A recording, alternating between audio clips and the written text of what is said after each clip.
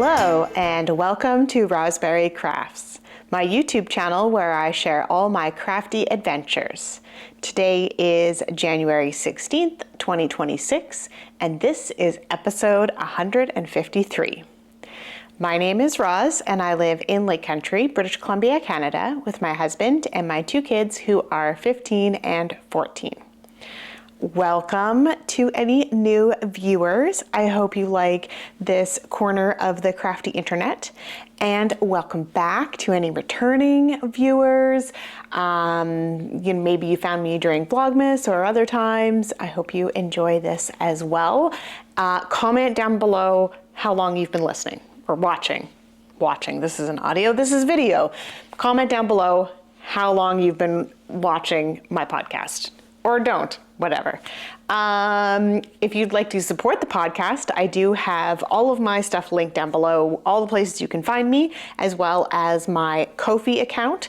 If you're feeling generous and want to buy me a cup of coffee, it will be used towards equipment and stuff for the podcast. So there we are. Today I have what am I wearing, works in progress, events, next on my needles, and books.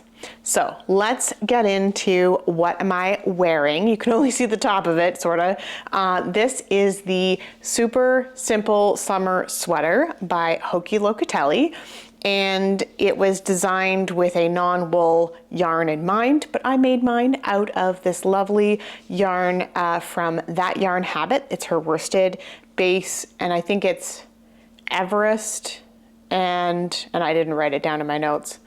I don't remember what the light color is. I have a bit left of each of these, and I'm planning on making a colorwork hat. But anyway, plans for the future. That's a later segment. So yeah, I wear this one a lot. It's nice and thick and warm. It's kind of got just a straight down shape, and with the round yoke, it makes it kind of a little bit more oversized. I did that on purpose. I wanted it oversized. The sleeve length turned out perfect, and it just happened to work with the color, like the repeats of how many colors. It's all just worked out good.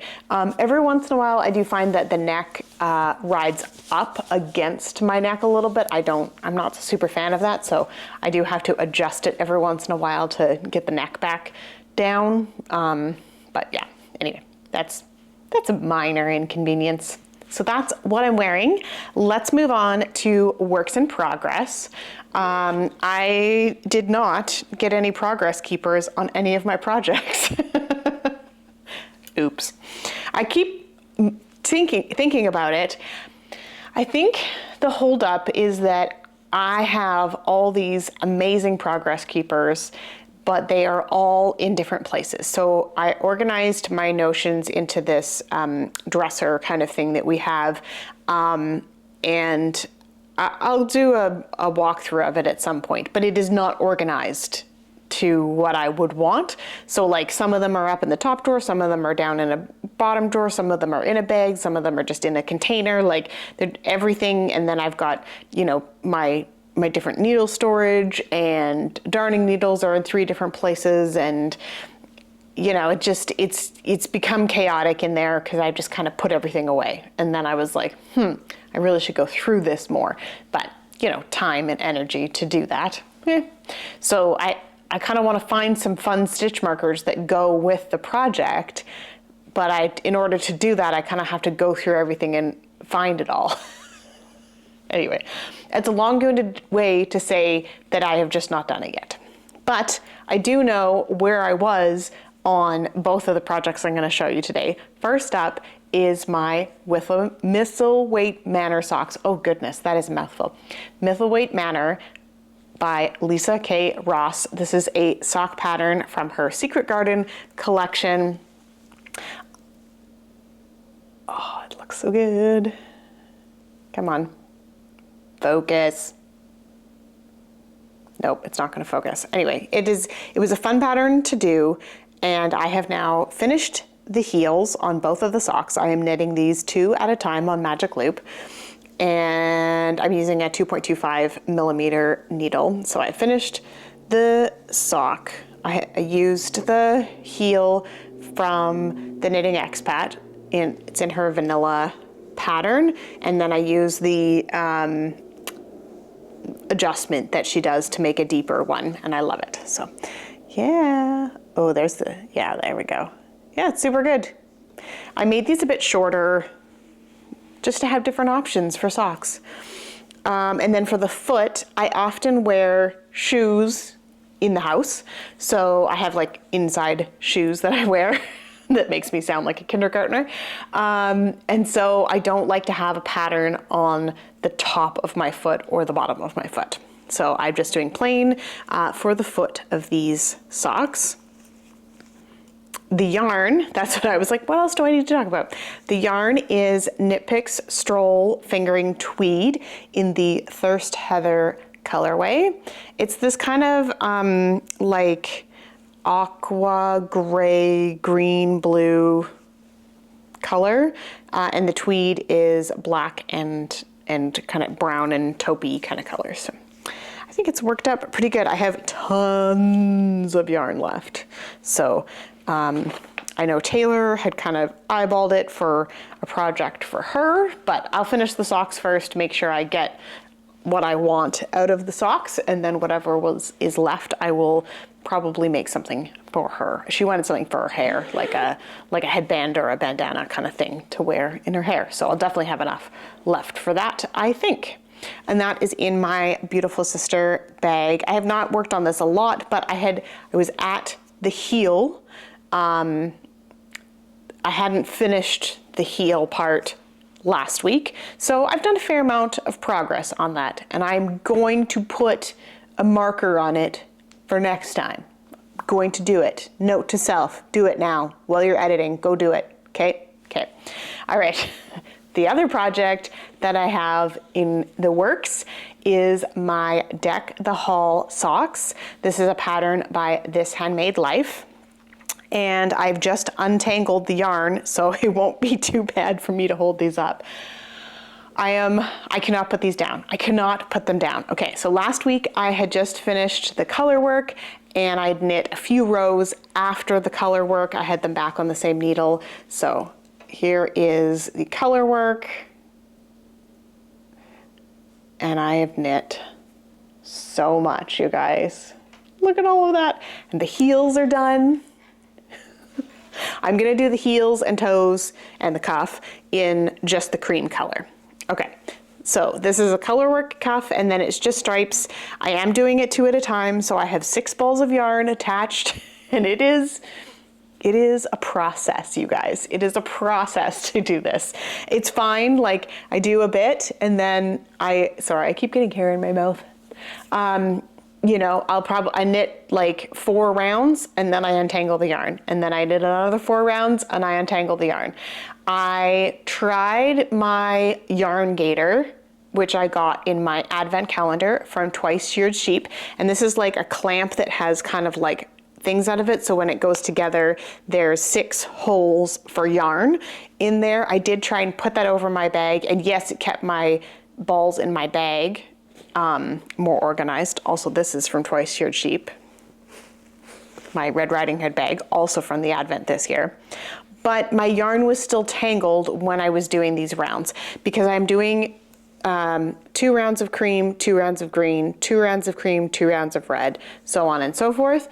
And I'm twisting them every time because I want to make sure the floats catch, so that this part here stays stretchy enough that it's not going to be a problem on my foot. I think it'll be okay. It's pretty stretchy. The carry is only up one side, so hopefully that'll be good. I don't know. We'll see. I'm a little concerned that, especially around the heel, I was pulling it a little bit too tight because I was doing the decreases from the heel, but I think it'll block out. I think it'll be okay. So yeah, my Deck the Hall socks are coming along. I'm probably like halfway through the foot, maybe a little less than halfway through the foot. So finished object next week, maybe? We'll see. We'll see. But I am like exclusively working on these. I am having a great time with them. All right, I didn't talk about the yarn. Let's grab the yarn here. so you can see it in smaller form. So we have some Cascade. No, this is the Lion brand. The white it's a marshmallow, so it's kind of like an off-white. Lion brand Sakis in marshmallow. The green is Riverstone yarns in Walk in the Woods. It's a hand-dyed yarn, and she doesn't dye anymore, so you can't get it. And then this is the Cascades in the red. Where is my camera? Yeah, and it does have some dark bits in it too, but yeah, I am just loving it, and I don't care that it's holiday themed. I will still wear them at this time of year. It doesn't matter to me. I think because they're like the holly berries, it's just very wintry, not specifically Christmas, although they are red and green and they will be great for Christmas.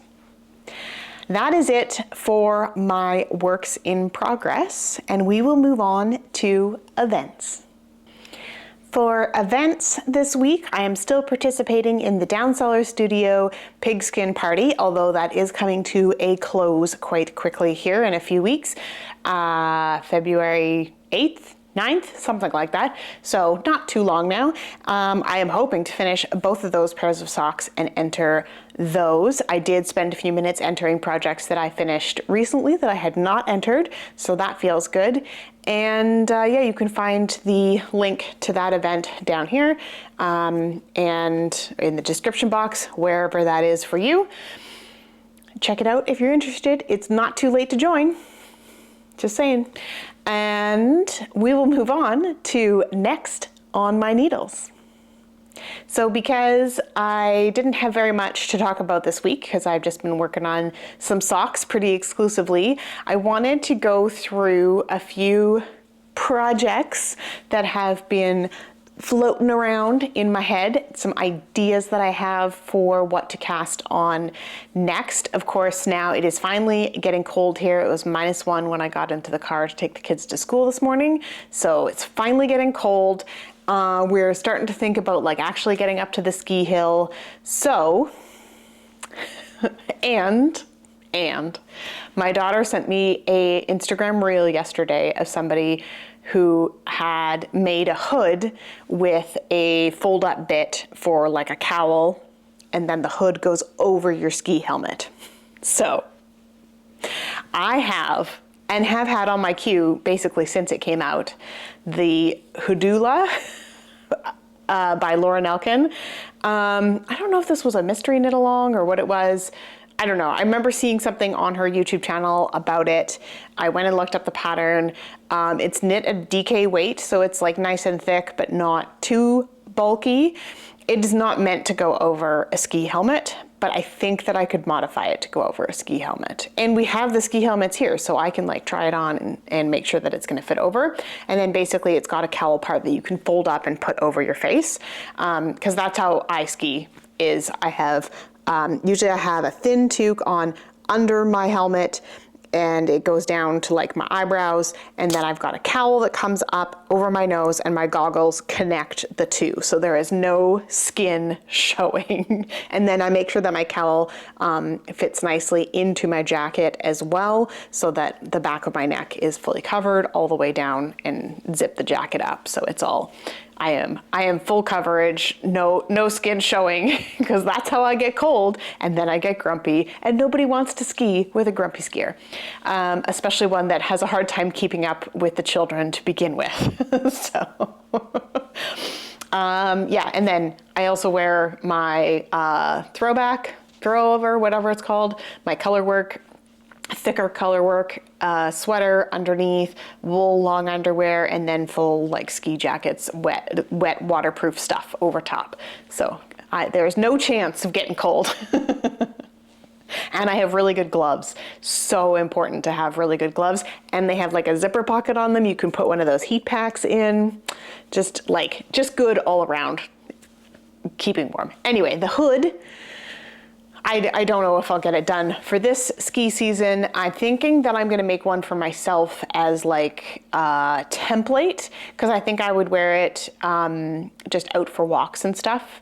Because I prefer to walk outside as long as it's not like -20. even in the winter.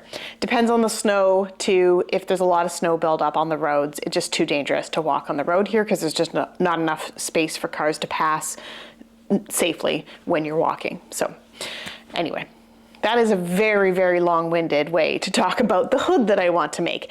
So I have some yarn in mind for it. It was some that I think I got in Montana. And so that has been like the last 24 hours really rattling around in my brain, along with a brand new sweater that came out that I don't have yarn for, that I'm like, we need to go to the yarn store right now. I need to purchase some yarn and I need to cast this on. So Tanis Lavely came out with a new sweater called Pink Peppermint. It is a bulky, oversized, cozy sweater. It is exactly what I am looking for in my life. She used the Camarose Snugnuff. I don't know, Snuff Nug? That's how you say it, which is like a very light and airy yarn. She also suggested that you could use the Sadness Garn Poppy or the Drops Air. I've used Drops Air before, and what was the other one? There was a Knit Picks one that was very similar that I've used as well for a sweater for Taylor, and I love them both, so that's definitely what I'm leaning towards, also price point for a whole sweater. I don't know if I'll do stripes or if I'll do plain or what, but I am all in for a snuggly sweater in the wintertime, and this is like top priority in my head right now. And the pattern only came out yesterday, so. But yeah, that is high on my list of things to work on next. I have some stash yarn that is not so old that I bought. Well, I got an Advent from Fireweed Fiber Co., the DK Advent, and that was 2024. I got those colors in the DK tweed base, and I want to make a Kintra by Rebecca Clow out of it, and I bought some additional yarn in their, what is the color called? I'm just looking it up here. Is it navy or is it black? So it is not quite black, but it is very dark, and yeah, it's beautiful. But I need to, and I have the pattern. I was gifted the pattern from Pam and Greg of the Unraveling podcast. No. Yeah. I don't know.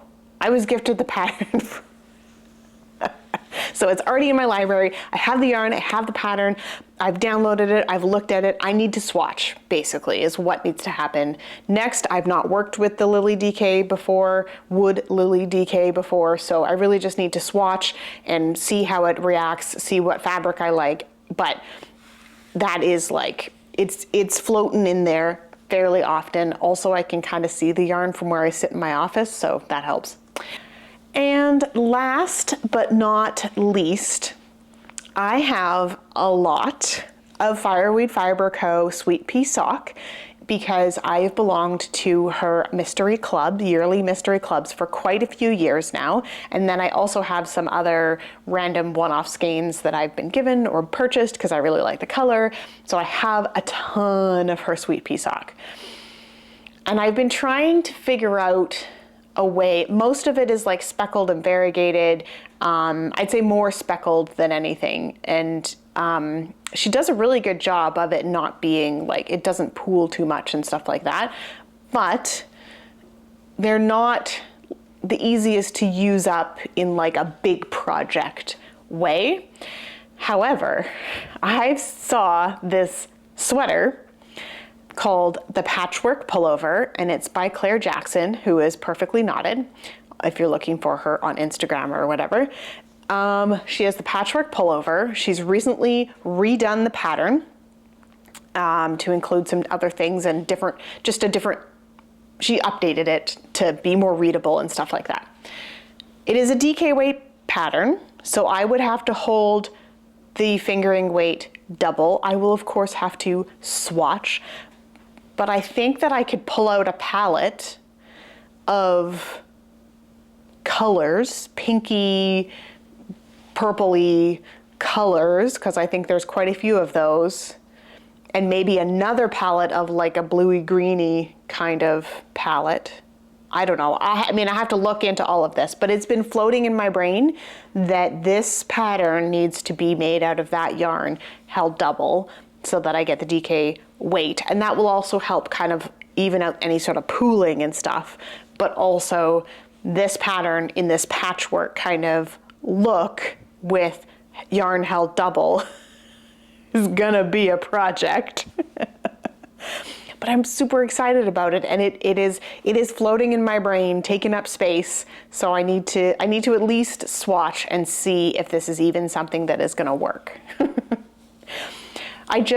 For most sweaters, also it's an oversized cozy sweater. So, you know, how can you go wrong? For a lot of sweaters, I just don't feel like having any sort of gradient, or I've just been really thinking about like, what am I actually going to wear? And the style of that sweater, the like drop shoulder, oversized kind of thing, is something that I would wear on a day-to-day basis. Because I'm either wearing leggings or jeans, and that would go with both of those things. So I think it's a win-win-win. All right, that's probably enough content from me today. But before you go, if you're interested, I do have a book that I have finished. So I have finished Fearless by Lauren Roberts. This is the last book in the Powerless series. It definitely wrapped everything up. There is an epilogue novella, which I have not read yet. It is on the list, but I needed a break from the fantasy world. I can talk about that too. So in Fearless, it definitely wrapped everything up. You know, there was lots of drama between the characters, the main characters. There's lots of, you know, information, background information. There's information from the king who's dead, and there's information from letters that are found, and other characters, you know, kind of revealing things in a kind of slow progression. And yeah, I was definitely surprised by the ending. Not the way I figured that, like, the main love interest, they would somehow figure out a way to end up together, but I did not expect it to happen like that. I don't want to spoil anything, that's why I'm kind of talking in riddles, but I would definitely recommend this book if you're interested in YA fantasy.